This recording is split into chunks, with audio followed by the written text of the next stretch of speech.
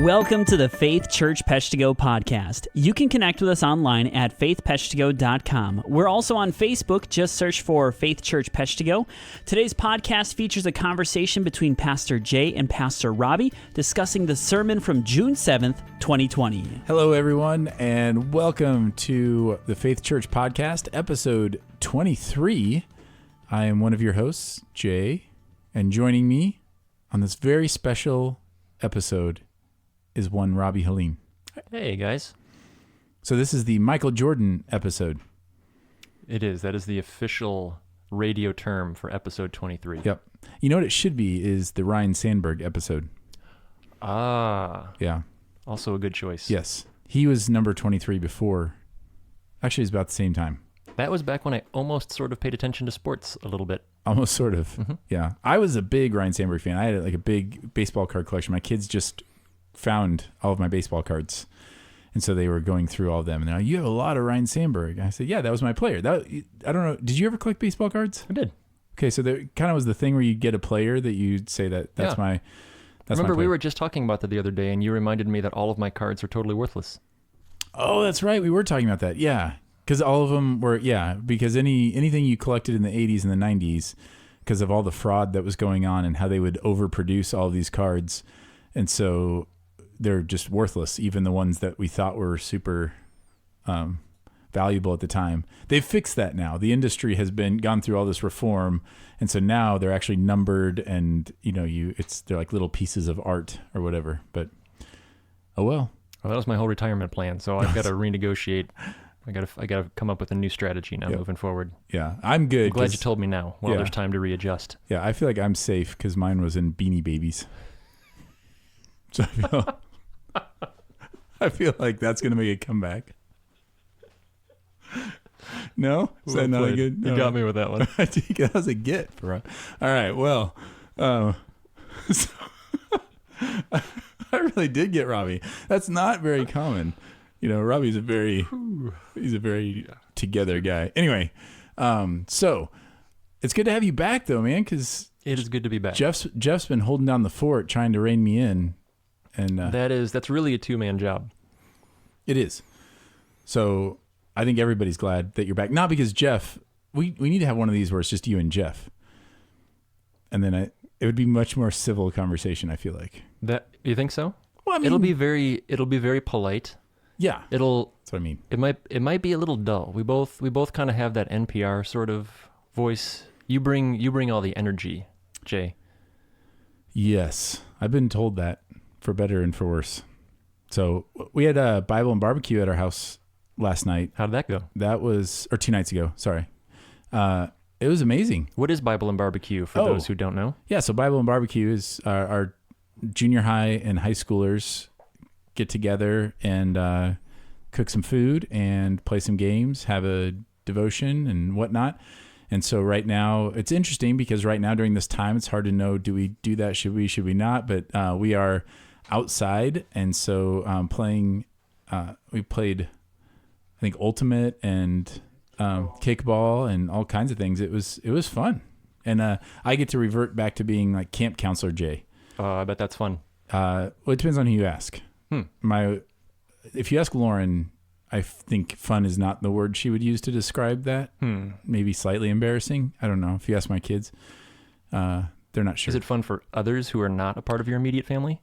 Seems to be. It seems to be received well. Yeah, it's not. It's just I'm a little high energy, little self-deprecating, little Chris Farley-ish, probably. I don't know. Maybe. Yeah, Christoph's nodding like a lot Chris Farley-ish. That's a good description of it. So, yeah. So anyway, that's what we did this weekend. That sounds fun. Great. But also this weekend, we I don't know if you heard, but preached a sermon this weekend. I did hear that. Yeah. So, and so we wanted to talk a little bit, have a little follow-up conversation about that because it touched on some interesting topics. Indeed. I truly appreciated Sunday, and it led to some really great discussion in the few families that we were worshiping with.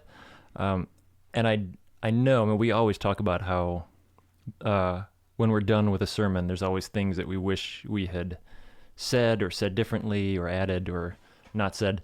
And surely tackling both a passage and then a cultural idea as large as you tackled, there had to be some things that you would have wished you had some more time to unpack, right? So many things. Okay, what is something that you wish, if you had more time, you would have unpacked a little bit more? This one's harder than most, because most of the time, if I'm just teaching a passage and applying it in ways, I always try to push on our hearts a little bit. Like I want us to always be looking at Scripture and applying it and really searching if am I really obeying this? Am I really believing this? Does my life look like I believe this? And so a lot of times I'm cutting things out that would also be good things or fine things to share. But just in the interest of time, I don't include all those. This is one where there's a lot of discernment in all kinds of things that I would want to say. There's just so many things to say. Yeah. And trying to figure out, my goal in this whole thing is, my goal in this weekend was to talk to our people, to our church family. I'm not in a different context. I am where I am, and I love where I am, and I love the people that I get to serve. And so, this was for our church family. And so, I know that there are people from the outside who could look at some of the things I said and, receive it one way or the other. Like there are people who could say I didn't go far enough. I didn't say enough things. And there are other people who could say that I was, going too far and saying too much. And I'm okay with that. What I'm most concerned about is our church family here. And, to that extent, like the first thing I would say, one of the things that was super encouraging was, I will tell you that after the first service, my phone started blowing up. And I could feel it. It was on vibrate. And so I could feel it. And I'm like, oh, okay. Well, I wonder what the response is going to be. And it was all positive, which was super encouraging to me. For those of you not familiar with the term blowing up, that does not mean that Jay's phone exploded. It means he received a lot of messages. That is true. Like the vibrate just keeps burp, burp, burp. Yeah, I guess I should qualify that. So not someone expecting that, your phone burst into flames. Are you okay? Yeah. No, I could tell there were a lot of texts coming in. And when I read them, I was really encouraged. And what's encouraging about that is, our church family I've found that they've always been receptive to hard topics when approached biblically. So the measurement isn't always, am I 100% where you are in the understanding of this or how it applies or anything like that. That's not the measurement. It's, well, did you come at it biblically, and are there things for me to consider? And I got a lot of that, and that was good. That was really encouraging. That didn't really answer your question, though. Not entirely. That was helpful to know, though, and I appreciate you addressing how important it is that we, as communicators, we're trying to shepherd the church that God has actually put in front of us. And so sometimes people can compare, like, well, why didn't we use this illustration, or why didn't we say that? Oftentimes that's because it's not relevant to who we are and where we actually are. Maybe it is on a broader national scale. Maybe that's something that a lot of more public pastors or authors are saying. But our goal is not national relevance as much as it is to be able to love well and shepherd well our actual people that are a part of this specific church. So I appreciate that's something that you're considering when you're thinking through illustrations, that there may be an illustration that you think is better from a 30,000 foot view, but doesn't communicate to us here as a part of this family. And so I think it's helpful for people to hear. That's often why we choose one illustration over another or one passage over another, because we want to speak to our people. Right. Yeah. And I think when I considered and really prayed through, okay, where are our people? How do I shepherd in this time? I really think when in conversations I've had with people in our church about this topic, what keeps coming up over and over again is people just are really struggling with how do I think about this, and who are the voices I can trust? Because it does feel like we are caught not just with this issue, but with obviously with the pandemic and other situations. It feels like more and more the media is just a propaganda machine from whatever point of view they have, and it's all over the map and all over the place, and so it can be really hard to try to figure out, okay, well, what's trustworthy, what's true. And that's what when I even asked the question of should I know that there are definitely people who would say, well, this isn't really relevant for us. Well, I would disagree with that. It is incredibly relevant for us. But I would also say that kind of what I mentioned on Sunday, that we have to be the ones leading out and helping our people think about this biblically, and trying to be a different voice than a lot of the propaganda that is out there. And it is propaganda. I mean, that is the whole, like when I mentioned the article wars, and that was one of the things that I thought about, people posting, and I still just see it all the time. And I left out one, I said that nobody's actually reading the articles. That's not completely true. Some people do read the articles, but I think it's safe to say that if the opposition posts an article, that you either just read the headline and refute and just determine it based on that, or you read it with the purpose of refuting it. Right. Which is, with your rebuttal article already locked and loaded, ready to repost. As you were making that comment about how if you see an article and you read the headline and you disagree with it, you don't read it. The person who was sitting next to me leaned over and said, "I don't even read it if I'm pretty sure I agree with it." Like, just saying that's not where I go to for dialogue and to engage in that way. That's not where I'm going to seek information. Rather have a face-to-face conversation, which appreciated. Yeah. And so I guess this is kind of where I feel like we are now in thinking about what I would have included, what I wouldn't have included, what I would cut. I feel like I'm just trusting the Holy Spirit that He sovereignly shut my mouth. There are definitely things that were in my notes that I didn't say, and I'm just trusting that was the right thing, and then vice versa. There were things that I said that weren't in my notes, but I think the bigger question right now is where do we go from here? Like, what do we do now? Because I was so encouraged by the response of our people, and I think a mistake would be that we just say, "Oh, okay, those are good things to think about," and now I just go on about my life. How do we actually take this? And so I'm curious, either from your conversations, Robbie, or from you, like, what are your thoughts on how do we move forward from this? Like, hearing the sermon and then thinking about this as you've been thinking about this, are there any next steps that came into your mind? Well, one of the things that was really fruitful out of our conversation on Sunday was talking about how the reason this seems to explode, when it surfaces, it blows up in very dramatic and painful and unhealthy ways, is because we're not good at having the conversation day to day, that we don't want to have hard conversations. There's certain topics in church and in culture that we just simply don't address, and we don't want to. And there's kind of these unspoken rules of, we don't preach about that on a Sunday. But to your point on Sunday, well, if we're not learning about that in the church, then where are we getting that information? And it's not going to be a better option than the Word of God.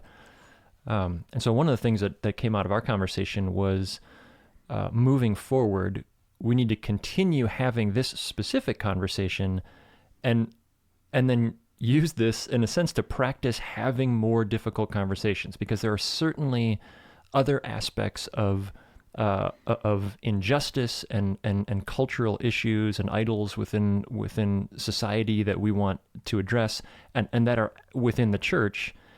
And we need to be able to get better at talking about these things. And it starts by continuing this conversation. As you said, by not just saying, okay, we talked about it, great, now we can move on, but to continue to discuss this, to begin to reshape my worldview, how I think, how I see this through the lens of Scripture, and be able to have that through the biblical lens with other people, so that so that I can get better and better at having those same type of difficult conversations about other topics, which I think kind of dovetails with a conversation we were having before we started recording, and this idea that that we have this conversation not because we think this is the only thing, but because in talking about this, we begin to affect other things as well. And I think that applies to a common phrase that we are hearing a lot and has been plastered all over social media, and that difference of all lives matter versus Black Lives Matter. How do you think, Jay, we should approach that term? Boy, you just throw that one right at me. There okay. You go. Well, so I would think of that in terms of context of, so I'm talking to the person right now who says, okay, I feel like maybe, because I've been in this place where I feel like maybe I've been buying into the propaganda machine a little bit, and I've been feel like the culture is the non-Christian culture is forcing me to be backed into corners that I'm not. Like, you look at Jesus, the life of Jesus, he was constantly being they kept trying to paint him into a corner. That was like the number one strategy, was get Jesus into an either or statement where he had to, or either way he loses. And he never fell into that. Masterfully avoided every one of those pitfalls. Yeah, watch every one of his interactions with the Pharisees, with Satan in the desert. Like, it is constantly, there's trying to say it's either A or B, and Jesus says, no, it's not. And he puts forward a new thing. And that's what I always say, like, the gospel has a third way. So the culture can only see this way or this way, but the gospel always has a third way. And I think, so that's a big thing, is helping people understand, okay, how do I actually think through this in those terms? And so I want to give help to our people. I want to give help to people saying, okay, I want to listen. I do grieve over what has happened to Black Americans and to that culture. And yes, I grieve in other injustices, but here's the attention being paid to here right now. And so one of the ways that you can help in that conversation is, I'd love it if we would stop using the phrase or the rebuttal of all lives matter, because what we're saying in that, and what people are saying, is we're not saying that not all lives matter. We're saying that there's particular that there's a particular segment of the population that has been undervalued, has been oppressed, has been harmed. And so we need to draw attention to that. It's because we believe all lives matter that we would say Black Lives Matter. It's because we need to draw particular attention. And drawing particular attention to something does not devalue all of the other things. It's the insistence on generalizing everything that devalues the specific. Now, we see that obviously in Scripture. So one of the memes that has been going around, and I've seen it from several pastors, and I agree with it, is it's funny but sad at the same time, where they're picturing the Sermon on the Mount when Jesus says, "Blessed are the poor," and having somebody raise their hand and be like, Jesus, aren't all people blessed? Are you saying that the rich aren't blessed? Are you saying the middle class aren't blessed? That's obviously a ridiculous statement. When Jesus says, "Blessed are the poor," he's not saying only the poor are blessed. He's saying, because all people are created in the image of God, I'm drawing attention to specifically the poor, because that was a segment of the population that was seen as outcast. And he doesn't say, when he heals someone, if someone came forward and asked him for healing and says, please, will you heal me of blindness or leprosy or whatever, he's not saying in that moment, is it wrong for Jesus to specifically look at that person and heal that person? Like, should he respond to that person? Well, everybody has their trials, so I'm not going to pay attention to you specifically. Like, we need to generally speak of everybody right now. No, he looks people in the eyes.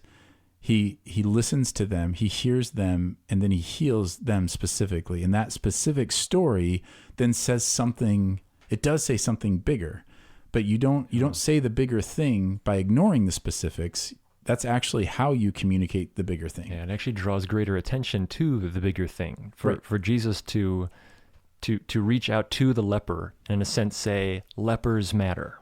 Right. That doesn't diminish everyone else. It elevates that particular individual who is suffering from being culturally ostracized, and he elevates that. If I'm struggling and I'm feeling discouraged, and I ask you, do I matter, Jay? And your response is, well, everybody matters. Right. And that doesn't super encourage me right now. I mean, it's true, but for you to look me in the eye and say, yes, Robbie, you matter. Like, you matter to me.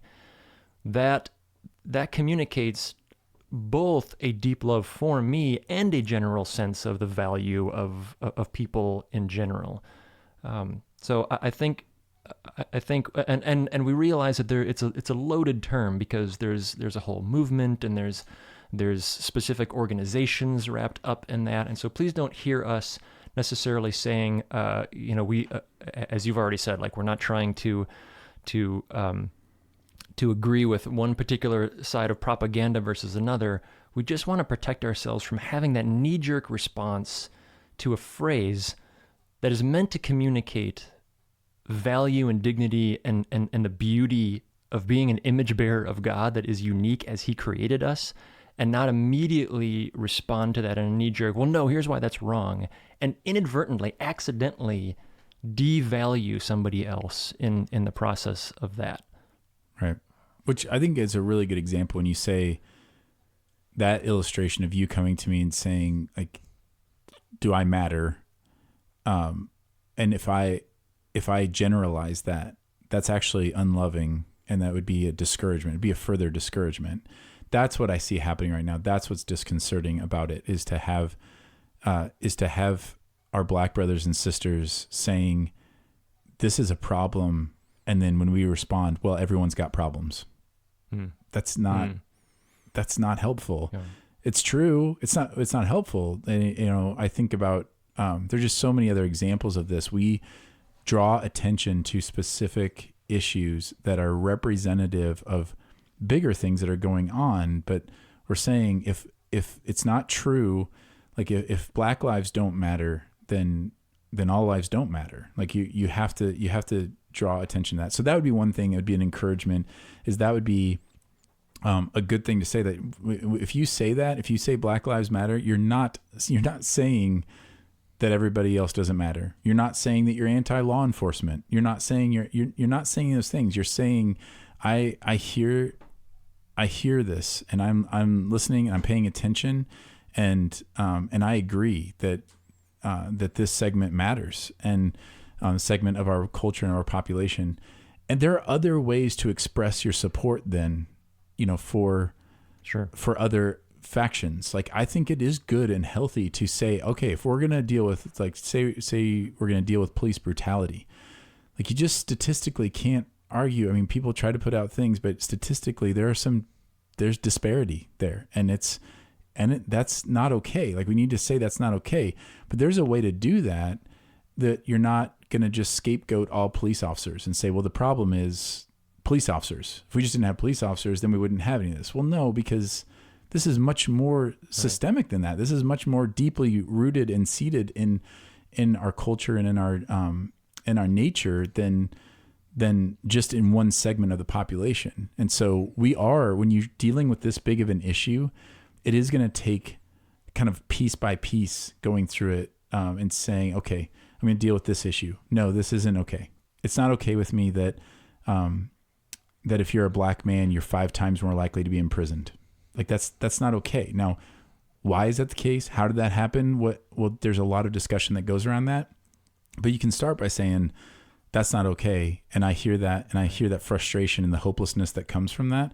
And let's go from there. I hear that is such an important phrase, right? I mean, Yep. that is really, arguably the most important thing we can be doing right now is to simply listen. I mean, to your point a minute ago of somebody saying, like, boy, I'm really struggling right now. And I respond with, well, everybody has problems.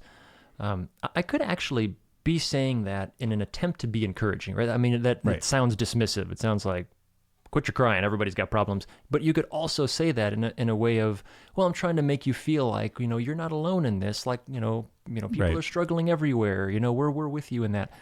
But really what that person needs in that moment is to know you're listening to them about their specific situation. Right. So for us to be able to stop and just say, I'm listening. And that doesn't mean I have to agree with every single answer, but I don't have to refute every single answer. As soon as I hear it, I can just stop and listen, because people are coming from different perspectives. People are coming from different families. People are coming from different cultures. People are coming from different towns. There's differences in people just between Peshtigo and Marinette. So certainly there's going to be a difference between people in Peshtigo and Milwaukee.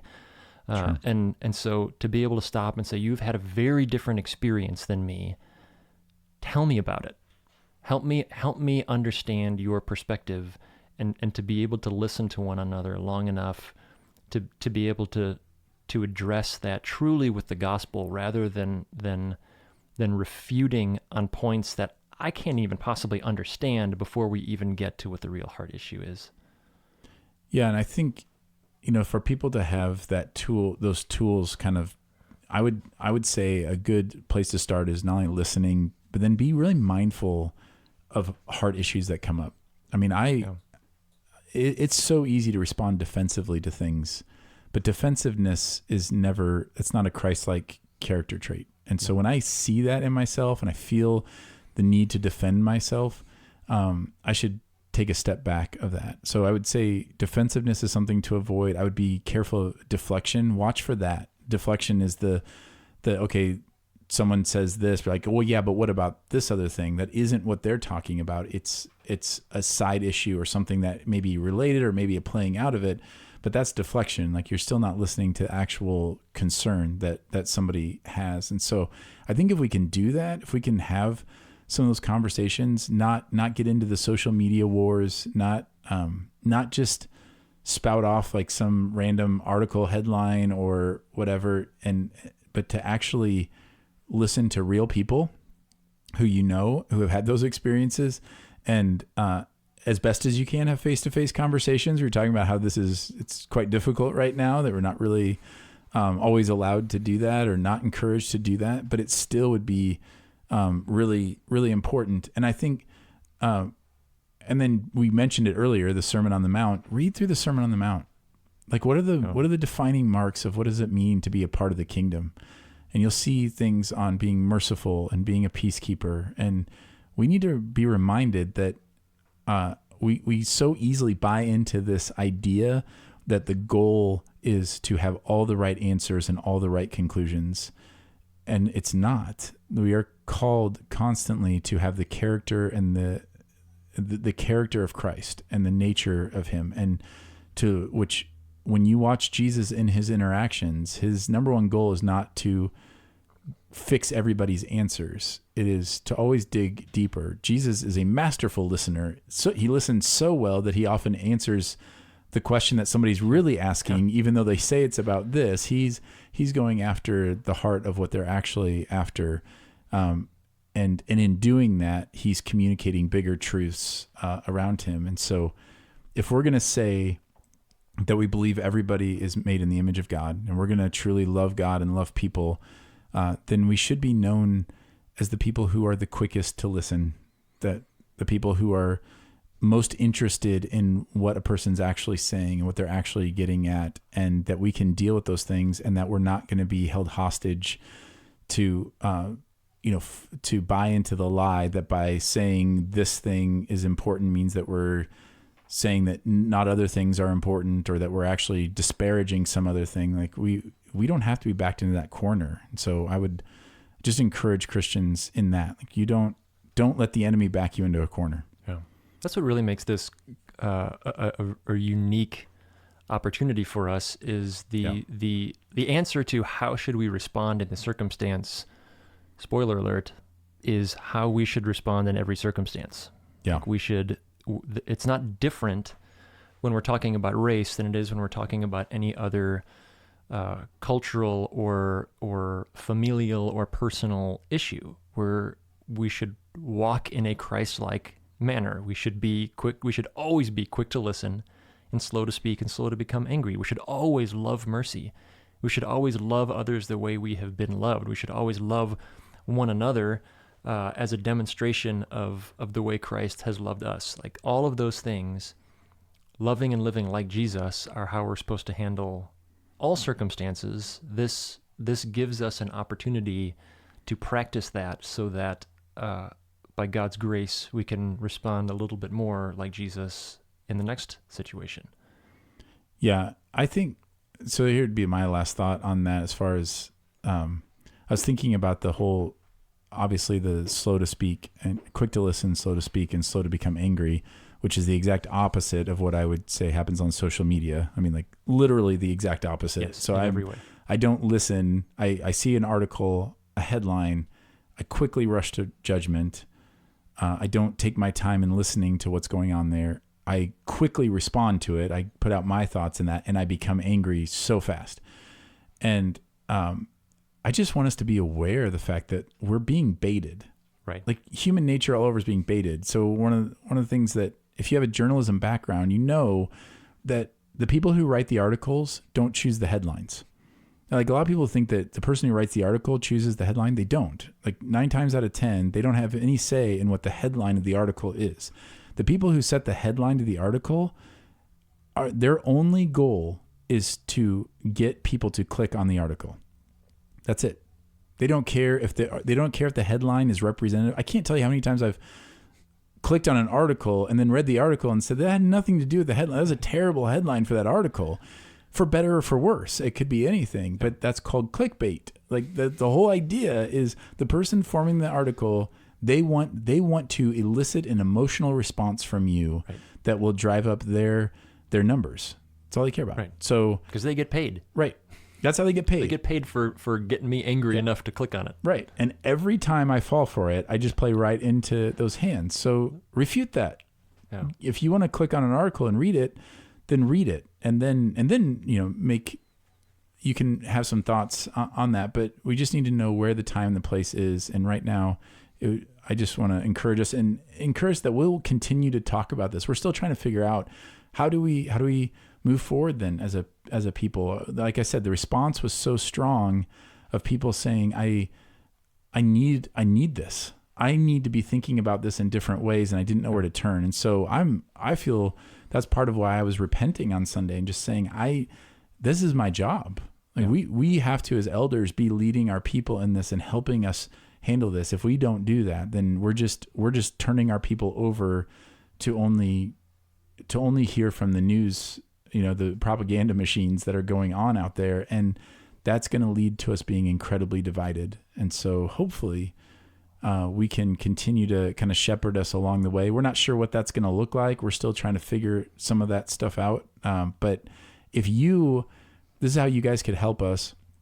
Let us know. Like if you have questions, I just want for our church family to know that if you read an article and you're hearing something and you're confused by it, or you are bothered by it, you're not sure how, is this the biblical point of view or whatever, that's what your elders are here for. You can send that to us. You can ask us those questions, and we can help you kind of think through that and walk through that. And so if you have those, like send them to us. Absolutely. My family in particular are used to getting the occasional question on race. As a multi-ethnic family, this is not an occasional social media issue that pops up. This is the daily reality of our lives. So we want to love and serve the family well by helping answer any questions that we can. Obviously, our situation and our experience is not universal by any means, but we want to be a resource however we can. We're not afraid of questions. No, we're not. So know that is not a bother to us. It's actually our joy to be able to do that. So please feel free to do that and send us in any questions or any other questions that you may have. And again, I'm just so thankful. I'm so thankful that we can have these conversations. I did leave Sunday feeling very encouraged and just thankful to God that He created the environment for that, and that we are able to have this conversation and see, what is He going to do with it in the future. So with that, I'm getting the thumbs up from Robbie and the nod from Christoph. I think if Christoph had his druthers, I would constantly be limited to 12 minutes in all walks of life. Well, lucky for you, he does not have his druthers. He does not have his He's druthers. lost his druthers. Yeah, he said it was generous. I think 12 minutes may have been too long, so we'll see. All right, well, thank you for joining us on another edition of the Faith Church Podcast, and make sure you look for the second one to come later this week.